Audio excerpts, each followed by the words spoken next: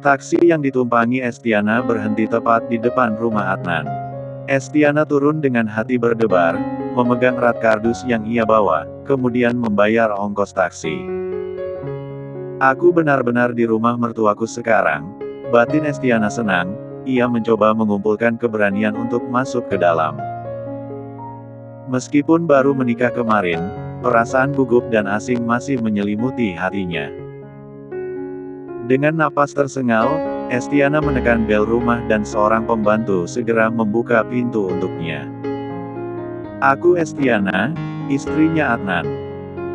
Estiana memperkenalkan diri pada pembantu ini karena ia tahu bahwa pembantu itu tidak mengenal wajahnya, sebab ini adalah kali pertama ia menginjakkan kaki di rumah ini. Pembantu itu tersenyum ramah sambil berkata, "Silahkan masuk, Non Estiana. Ibu Ratri sedang menunggu di dalam." Dia pun membuka pintu lebih lebar lagi, membuat Estiana merasa lebih diterima dan tidak merasa asing di sini. Ketika Estiana diantar ke hadapan Ibu Ratri yang tengah menikmati secangkir teh di samping kolam renang, Estiana bisa merasakan detak jantungnya semakin kencang.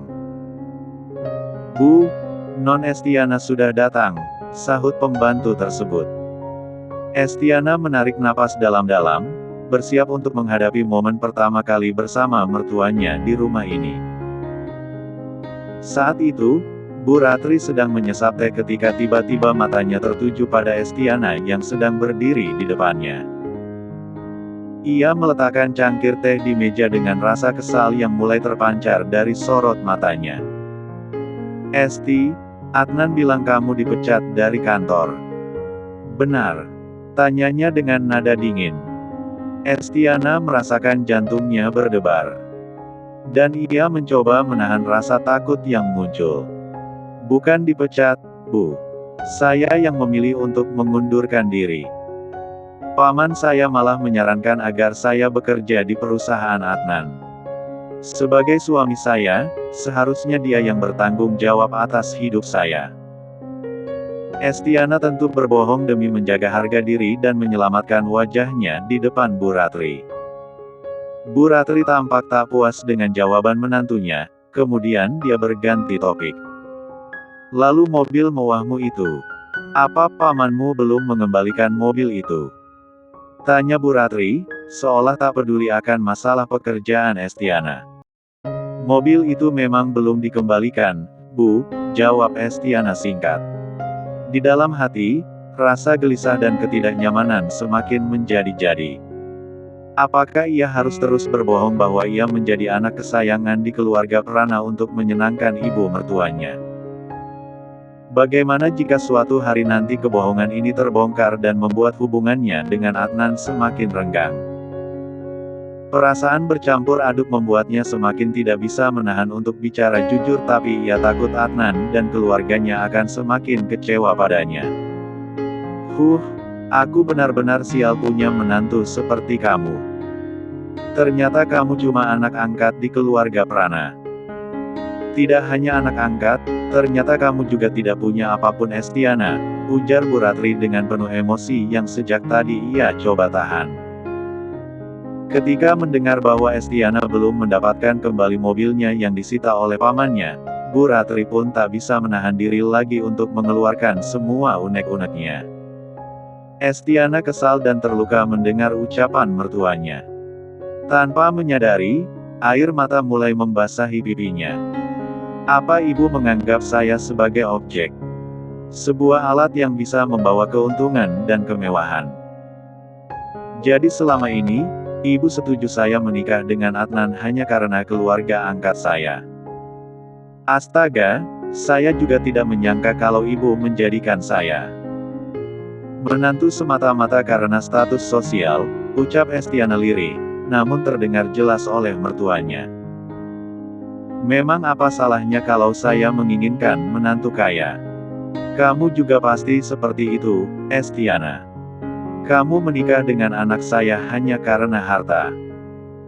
Kamu menggoda anak saya dengan maksud ingin mendapat status yang lebih baik daripada menjadi anak angkat di keluarga Prana, karena mereka mungkin memang tidak pernah menganggapmu bagian dari keluarga Prana, cetus Bu Ratri tanpa menyadari betapa menyakitkan setiap katanya bagi Estiana. Bu! Teriak Estiana tak dapat menahan amarah dan rasa sakit hatinya, aku mencintai Adnan sejak awal tanpa peduli apapun latar belakang kami. Apa seorang ibu sejati hanya menginginkan kebahagiaan anaknya ataukah harta dan status semata? Tidakkah perasaanku juga berarti untuk ibu? Kesedihan dan rasa tidak dihargai mulai menguasai hatinya, namun ia berusaha untuk tetap kuat menghadapi cobaan ini. Bu Ratri berdiri dari tempat duduknya. Jangan berteriak di depanku Estiana. Aku adalah ibu mertuamu dan aku yang berkuasa di rumah ini.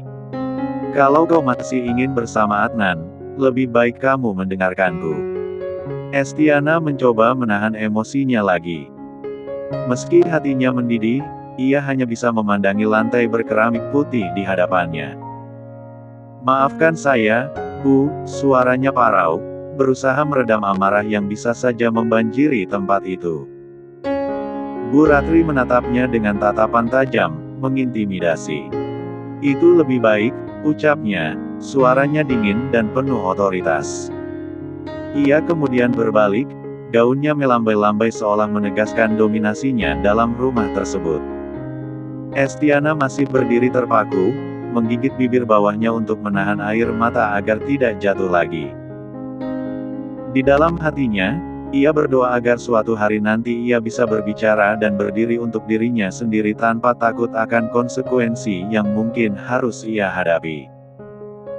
Hal yang sama pun dialami oleh Utari yang kini menangis terseduh-seduh di kamarnya. Ia begitu sedih karena dirinya dipecat dari perusahaan. Bu Mega yang khawatir pada anaknya, berusaha menggedor-gedor pintu kamar sembari berteriak memanggil Utari. Utari sayang, buka pintunya nak. Buka nak. Ayo bicara sama mama. Mama pergi saja. Aku tidak mau bicara dengan siapapun. Pergi.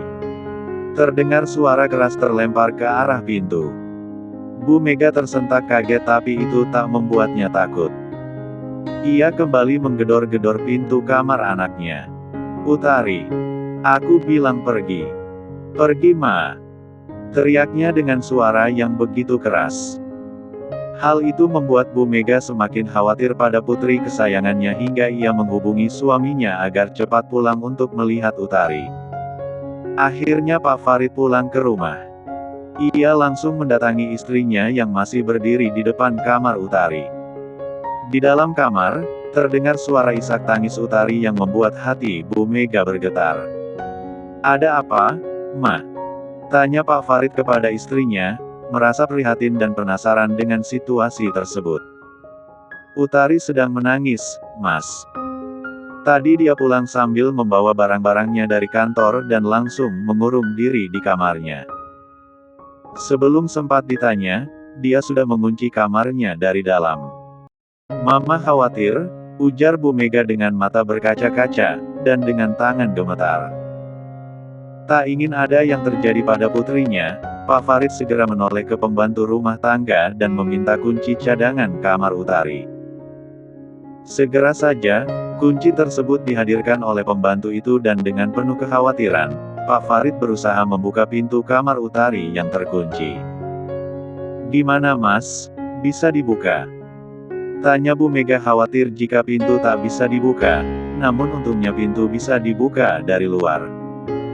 Bu Mega dan Pak Farid lega karena pintu bisa dibuka. Itu artinya Utari tak menyimpan kunci di pintu. Pemandangan kamar yang berantakan seolah menjadi cermin dari kekacauan dalam hati Utari yang kini terbaring menangis di atas ranjangnya. Melihat ini, Pak Farid dan Bu Mega segera mendekati putri mereka sambil menyeka air mata yang turut menitik. Ada apa nak? Tanya Bu Mega sambil membelai punggung Utari yang terguncang oleh isak tangisnya. Aku dipecat, Ma, ucap Utari dengan suara tersekat-sekat. Aku nggak kerja lagi di perusahaan Prana. Padahal aku berusaha sekuat tenaga dan tekun agar bisa dekat dengan Gio lagi, tapi sekarang segalanya hilang. Bagaimana mungkin aku bisa mengejar cintaku lagi, Ma? Melihat penderitaan putrinya, hati Bu Mega dan Pak Farid pun ikut hancur berkeping-keping. Sayang, di pesta pernikahan Estiana, Mama lihat Gio tidak pernah peduli denganmu. Dia malah memperkenalkan perempuan lain ke keluarganya. Jadi menurut Mama, sebaiknya kamu lupakan Gio. Masih banyak laki-laki di luar sana yang cocok untukmu nak, bujuk Bu Mega yang hanya ingin anaknya bahagia. Di luar sana memang banyak laki-laki yang mau menikahiku, tapi di dunia ini, aku hanya menginginkan Gio, Ma. Tidak ada yang pantas untukku, selain Gio. Dia adalah laki-laki yang aku cintai. Aku hanya ingin menikah dengannya Ma, ungkap Utari dengan suara gemetar, berusaha untuk menegakkan pilihannya. Tapi Gio sendiri tidak memilihmu Utari, sahut Pak Farid pada putrinya. Utari merasakan hatinya seakan tersayat mendengar ucapan ayahnya. Bagaimanapun juga, ia tahu bahwa hal tersebut adalah kenyataan yang ia harus hadapi. Dengan mata tajam dan penuh amarah yang tertuju pada Laudia, Utari menatap ayahnya, itu semua karena Laudia, Pak. Dialah penyebabnya.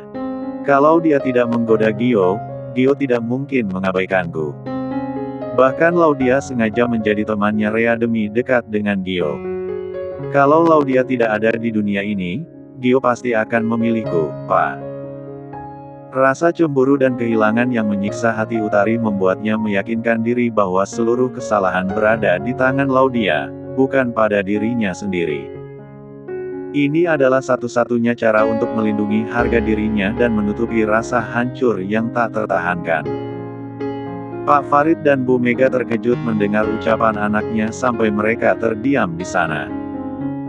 Namun mereka semakin sedih melihat putri mereka menangis sedih di sana. Bu Mega hanya bisa memeluk putrinya. Seminggu berlalu, Bu Mega dan Pak Farid tidak pernah lagi membahas tentang Utari yang dipecat dan perasaannya pada Gio. Mereka sama sekali tidak menyangka bahwa Utari semakin terpuruk dalam kesedihan. Tak mau keluar dari kamarnya, Utari mengurung diri, membuat kekhawatiran Bu Mega pada putrinya semakin meningkat. Sudah seminggu Utari di kamar terus, Mas, Bu Mega berbicara pada Pak Farid sambil duduk santai di ruang tengah bersama suaminya. Dia bahkan tak mau keluar makan. Aku hanya menyuruh pembantu membawa makanan ke kamarnya. Aku khawatir Utari jatuh sakit, atau malah. Ia menggantung kalimatnya dengan ekspresi cemas, tak tega membayangkan hal buruk yang mungkin terjadi pada putrinya. Pak Farid, yang juga merasa khawatir, mencoba merenungi situasi tersebut dengan tatapan tajam. Lalu dia berkata dengan nada tegas, Utari pernah bilang, seandainya perempuan bernama Laudia itu tidak ada, Gio pasti akan bersamanya. Jadi, aku akan menuruti kemauan Utari.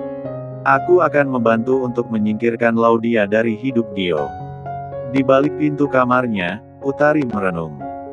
Ia ingin melupakan semuanya, namun tak tahu bagaimana caranya. Dalam hatinya ia berbisik, aku mohon, Tuhan, bantulah aku melewati masa sulit ini. Aku ingin keluar dari kegelapan ini, aku ingin bahagia.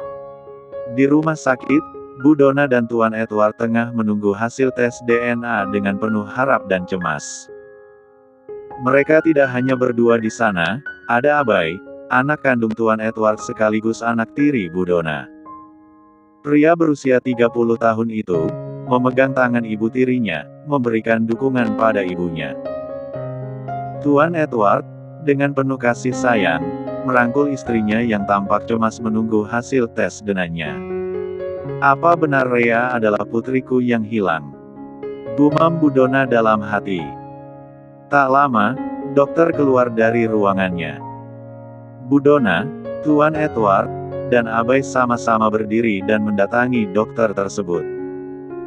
Abai segera meraih hasil tes DNA itu dan membantu ibunya membuka hasilnya. Mata Abai membulat sempurna, namun ia tidak mengatakan apapun. Ia segera menyodorkan hasil itu pada Bu Donna. Ini, Mom. katanya dengan serak. Budona meraihnya dan matanya ikut terkejut melihat hasilnya. Ya Allah, ternyata benar. Rea adalah putriku yang hilang, bisiknya lirih, tak kuasa menahan air mata yang mengalir deras dari sudut matanya. Hatinya seketika bergelora, campur aduk perasaan bahagia, haru, dan tak percaya. Begitu banyak waktu yang terbuang, saat-saat yang tak bisa kembali. Mengangkat wajahnya melihat Abai dan Tuan Edward, Budona berucap dengan suara penuh rasa haru, "Aku tidak salah Edward. Saat melihat Rea, aku memang sudah merasa kalau dia putriku." Tuan Edward memandang istrinya dengan penuh kasih, sementara Abai tersenyum hangat, memberikan kekuatan dan dukungan untuk ibu tirinya yang telah menemukan kembali secercah kebahagiaan yang sempat hilang.